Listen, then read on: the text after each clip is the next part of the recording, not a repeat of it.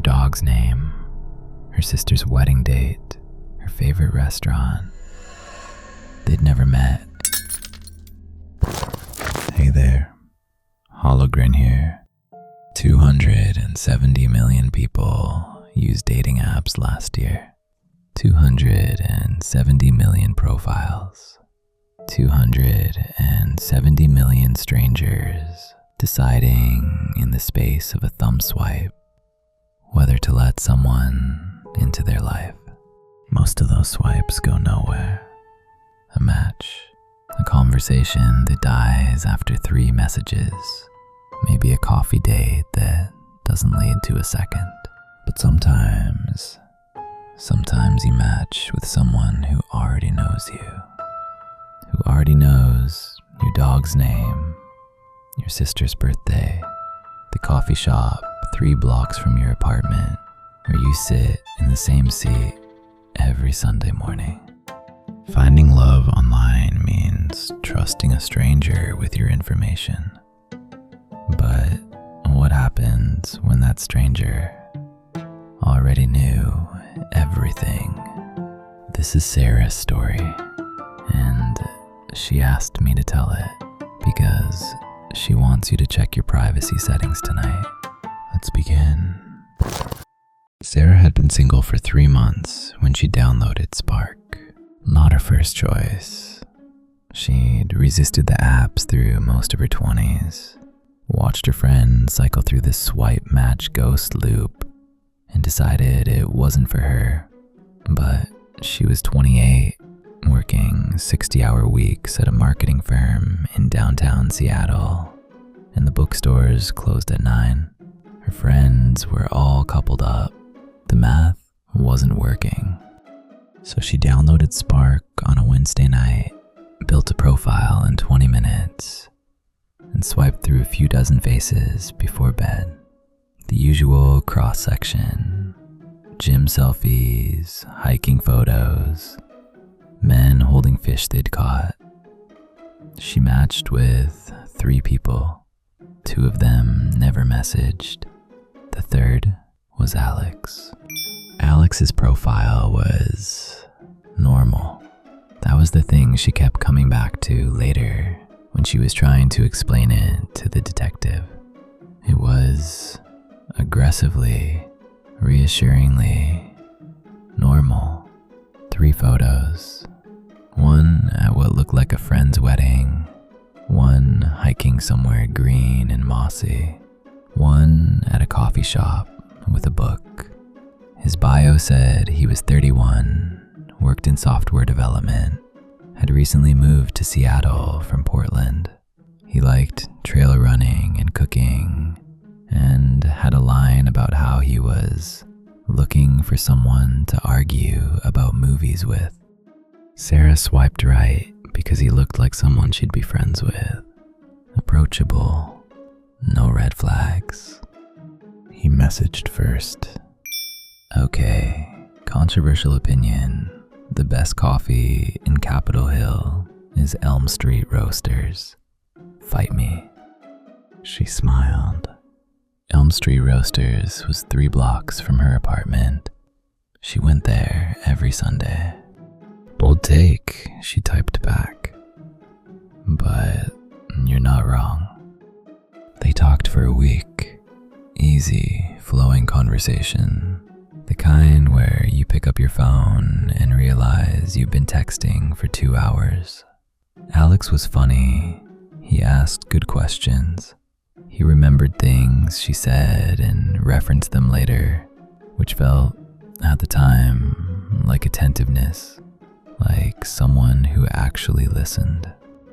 But there were moments, small ones, easy to dismiss. He mentioned her neighborhood before she'd told him where she lived. When she paused on it, he said, "You mentioned Capitol Hill, right? When we were talking about coffee shops?" She scrolled back through their conversation. Maybe she had. She couldn't find it, but the conversation was long and she'd been half watching TV during parts of it. He asked about her dog, a black lab named Coda by name. She assumed she'd mentioned Coda at some point. She posted about him on Instagram. Maybe Alex had found her account. That was normal, right? Everyone looks up their matches on social media. She would have done the same. She rationalized every single thing, because each one by itself was nothing. Alex suggested they meet. There's a place called Linden on Pine Street. Gray pastries. Saturday morning. Linden was Sarah's favorite restaurant. She hadn't mentioned it. She was almost certain she hadn't mentioned it. Wait, how do you know Linden? She asked. I think you told me. Or maybe I saw it on your profile. Their croissants are incredible. She checked her Spark profile. She hadn't listed any restaurants, but Linden was popular. It was entirely possible he just knew the place. She said yes. Saturday morning, Sarah got there 10 minutes early. Habit from her marketing job, where being early was a form of control. She chose a table near the window, ordered a cortado. The espresso machine hissed behind the counter. Rain tapped against the glass. That steady Seattle rain that never commits to stopping. She watched the door. Alex walked in at exactly 10. He didn't look exactly like his photos, but nobody really does, right? Different haircut, maybe a little thinner in person. Close enough that she didn't think twice about it. She'd heard the horror stories about catfish profiles, people who looked nothing like their pictures. This wasn't that. This was just normal dating app variants. He sat down, ordered a black coffee, made a joke about the rain. Normal, comfortable. She wrapped both hands around her cup, the ceramic warm against her palms, and started to relax. Then he said, "How's Coda doing?" He said he's been having stomach issues. Sarah set her cup down. The ceramic clicked against the table louder than she expected. Or maybe the room had just gotten quieter. She had not told Alex about Coda's stomach issues. She hadn't told anyone except her vet and her mom. Coda had thrown up twice that week. She'd taken him in on Thursday. She hadn't posted about it, hadn't texted anyone except her mother. How did you know about that? She asked. Alex tilted his head. That easy smile. You told me. Last Tuesday, I think, when we were texting about pets. She pulled out her phone under the table, scrolled back through their conversation to Tuesday. Pets came up. She'd mentioned Coda, said he was a handful. Nothing about stomach issues. Nothing about a vet visit. I don't think I did, she said. Kept her voice level. Her pulse was doing something her voice wasn't. Maybe I'm mixing it up with someone else. He shrugged, sipped his coffee. Sorry, I've been talking to a few people on the app. Gets blurry. She wanted to believe that. The explanation was right there, gift-wrapped and reasonable. People mix things up. Dating apps blur conversations together. It happens. But then he asked about Megan's fiancé, by name David. So, how's the wedding planning going? Megan and David. June, right? Sarah hadn't told him Megan's fiancé's name. She hadn't told him the wedding date. She was certain now. Not the vague, scrolling back through text certainty from before. Absolute certainty. These were details she had not shared. I have to go, she said. Alex's expression shifted, just for a moment.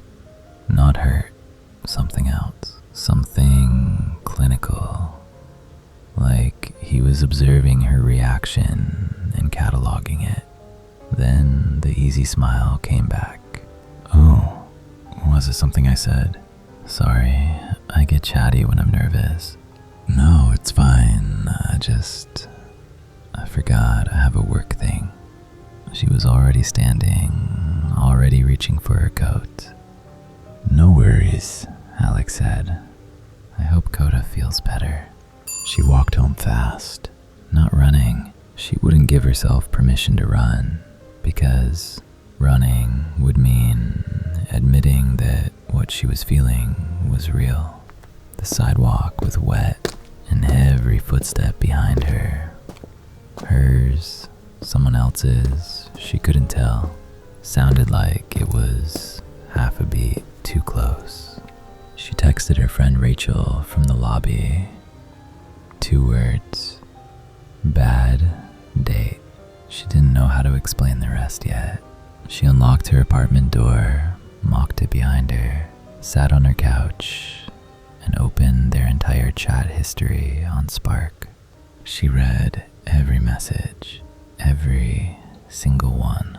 She had never mentioned her neighborhood, never mentioned Coda by name, never mentioned her sister, or David, or the June wedding date, or Lyndon, or the vet visit, or her work schedule. Alex had known all of it before they ever spoke. She blocked Alex on Spark that night, deleted the conversation, felt something in her chest unclench, just slightly. Done. Blocked. Over. Her phone buzzed 40 minutes later. Facebook friend request. Alex Mercer. The profile photo was the same wedding picture from Spark. She had never given him her last name. Her Spark profile used only her first name and last initial.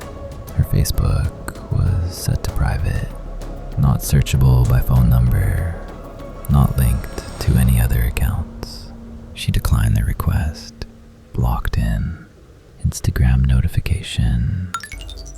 Follow request. Same photo, same name. Blocked.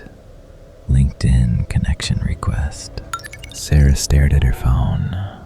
LinkedIn. Her professional profile. Her job title. Her company name. Her work history going back 6 years. She blocked him. Then she went through every privacy setting on every platform she could think of, tightened everything, set her accounts to private, turned off location services, disabled photo metadata, things she should have done years ago, things everyone should do and almost no one does. She slept with the lights on, or tried to. Every sound in the apartment had a shape now. The refrigerator's hum, the click of the baseboard heater, a pipe settling somewhere in the wall. Sounds she'd never noticed before. Sounds she couldn't stop noticing. Monday morning, she walked into her office on the 14th floor of a building downtown, a building she had never named, never photographed, never tagged in any post. And there were flowers on her desk. White lilies. The smell hit her before she reached her chair. Thick, sweet, almost chemical. The kind of sweetness that belongs at a funeral. A small card. "Sorry about Saturday. Hope we can try again. A." The blood left her hands. She looked at the card.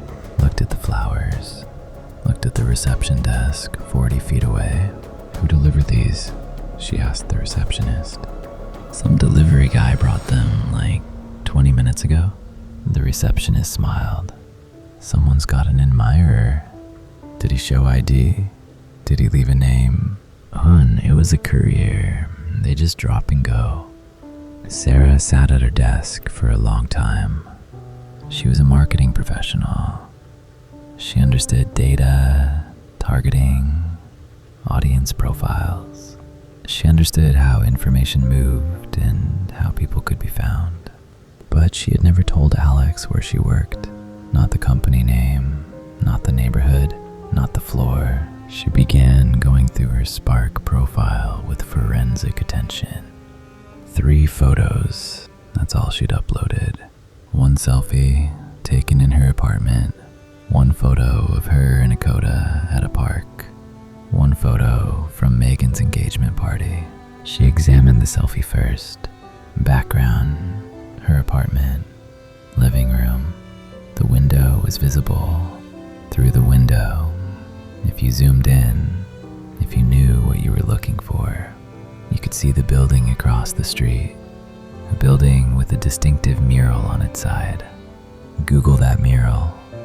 Capitol Hill, 1 specific block. 4 apartment buildings. Narrow it down from there. The photo of Coda at the park. She expanded it on her laptop. In the reflection of a car window behind her, barely visible, a smear of color and shape. The logo of her veterinary clinic. Across the street from that park, her vet. The engagement party photo. Megan was tagged in the original on Facebook. Megan's profile was public. David's name, the June date, the venue, everything. And the Coda photo, geotagged. The metadata was still embedded. Latitude and longitude. Her exact location when the photo was taken. She hadn't been hacked. She hadn't been careless in some extraordinary way. She'd done what everyone does. Posted a few photos, left the default settings on, and assumed no one was paying attention. She was wrong. Sarah went to the police Tuesday afternoon. She brought screenshots, the flowers, the card, the chat history she'd saved before deleting the app. The officer was sympathetic, took notes, asked if Alex had made any explicit threats. "No," Sarah said. "He sent me flowers. Has he shown up at your home?" "I don't know. I don't know if he knows where I live." The officer, mid-40s, tired eyes, a coffee ring on his desk, explained that without a direct threat, physical contact, or evidence of criminal behavior, there wasn't much they could do. They could file a report, and they could flag it, and they suggested she document everything. "He found my office," she said. "He found my full name. He found every social media account I have, and I never told him any of it." The officer leaned back. "Look, I hear you. That's not great. But looking someone up online, that's not a crime. I wish I could tell you different." She left the station, feeling worse than when she'd arrived. That night, she did something she should have done on day 1. She reverse image searched Alex's photos. The wedding photo, stolen from a photographer's website in Portland. The subject's name was James, a real person who had never been on Spark, had never lived in Seattle, and had no idea his face was being worn by a stranger. The hiking photo, pulled from an outdoor recreation blog, stock lifestyle content. The coffee shop photo, cropped from someone's public Instagram post. A stranger in Austin, Texas. Alex didn't exist. The person behind the profile had built a character from borrowed faces and stolen moments. They'd constructed someone who looked safe, who looked normal, who looked like the kind of person you'd swipe right on without thinking twice. And then they'd use that character to get close to Sarah. Specifically, Sarah, because they already knew who she was. They already knew her routines, her dog, her neighborhood, her family. The dating app wasn't how they found her. The dating app was how they introduced themselves. Sarah sat on her bathroom floor at 2 a.m, door locked, lights off, the tile cold through her pajamas, the porcelain of the tub pressing into her spine. She thought about every interaction she'd had in the past 6 months, every commute, every coffee shop visit, every walk with Coda in the park, where someone might have been standing a little too close, watching a little too carefully. She couldn't remember a single face. That was the worst part. Not the threat, the invisibility of it. Someone had been close enough to learn the details of her life, and she had never once noticed. 3 days of silence. Sarah slept 6 hours for the first time in a week, changed her locks, installed a camera at her door, told her building manager no deliveries without her explicit approval. New locks, new camera, new rules. Thursday evening, her phone buzzed. Unknown number. One message, no text, just a photo. She opened it. The photo was the view from her apartment window. Her window. The same mural on the building across the street. The same angle, taken at night. The street lights were on, and she could see the reflection of a lamp in the glass. Her lamp. The lamp on her end table. The photo had been taken from inside her apartment. She stopped breathing, looked at the window, looked at the lamp, looked at the end table. Everything was exactly as it appeared in the photo. Same position, same angle, except the blanket on the couch. She always folded it over the left arm. He was draped over the right. In the air, she couldn't explain this to the police later, couldn't make it sound rational. The apartment smelled faintly different. Not wrong, exactly. Just not hers. Like someone else's shampoo, or the ghost of a cologne that had been there hours ago and almost faded. Then the message that followed. I'm closer than you think. Sarah called the police, grabbed Coda's leash and her laptop, and left. She stayed at her friend Rachel's apartment that night. The police came to her building, checked the unit. No signs of forced entry, no signs of anyone being inside. The officer called her at Rachel's apartment. There's no evidence of a break-in, ma'am. Your locks are intact. Your camera, did you check the footage? She had. She checked it from her phone while sitting in Rachel's kitchen, with her fingers stiff, uncooperative. The phone almost too heavy. The camera showed nothing. Her hallway, empty. No one had come to her door. Is there another way into the unit? The officer asked. Fire escape? Shared access? Her building had a maintenance corridor that ran behind the units on her floor. Access through a locked door in the basement. The building manager had the key. Maintenance had the key. She didn't know who else had the key. Sarah checked her Spark account one more time. Alex's profile was gone. Not blocked. Deleted. Wiped clean. No trace that he had ever existed on the platform. She contacted Spark's support team. They said they couldn't share information about deleted accounts. Privacy policy. She moved. Different neighborhood. Different building. No social media. She deleted everything. Instagram, Facebook, LinkedIn, all of it.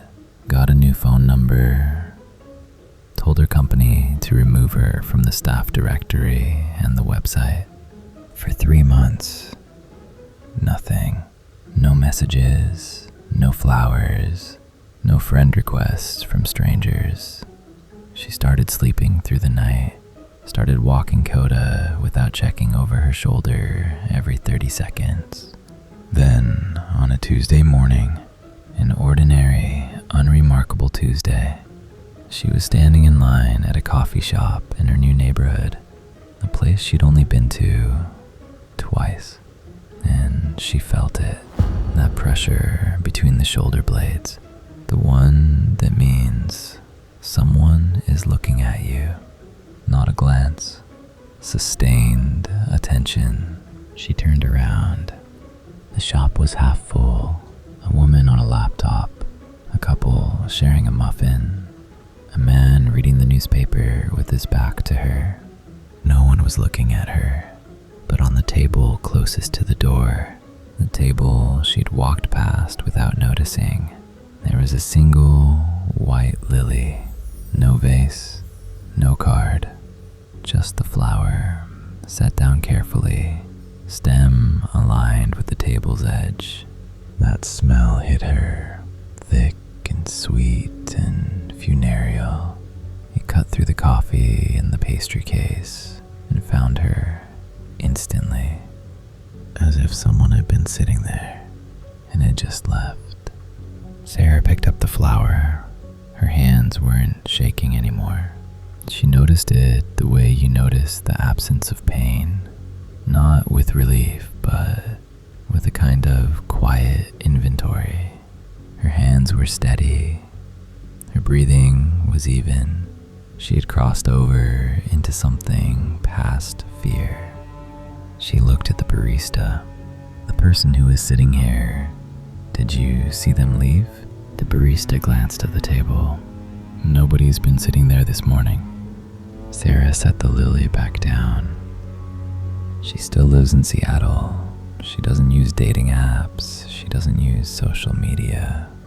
She pays for a service that scrubs her data from broker sites every month. $15.99 a month to remain invisible, or as close to invisible as a person can get in a city with a camera on every corner and a data point attached to every transaction. She never saw Alex's real face. She doesn't know his real name. She doesn't know if she was chosen or if she was just next. She doesn't know if he stopped. She just knows she stopped being able to tell. After Sarah told me her story, I had a thought. What about you? Your profiles, your photos, the backgrounds, the reflections, the metadata. You'd be surprised what you can find. We carry our lives in our pockets, our locations, our routines, our faces. We broadcast it all the time, to everyone, and we call it connecting. But connection goes both ways. The average person has 350 data points collected about them every single day.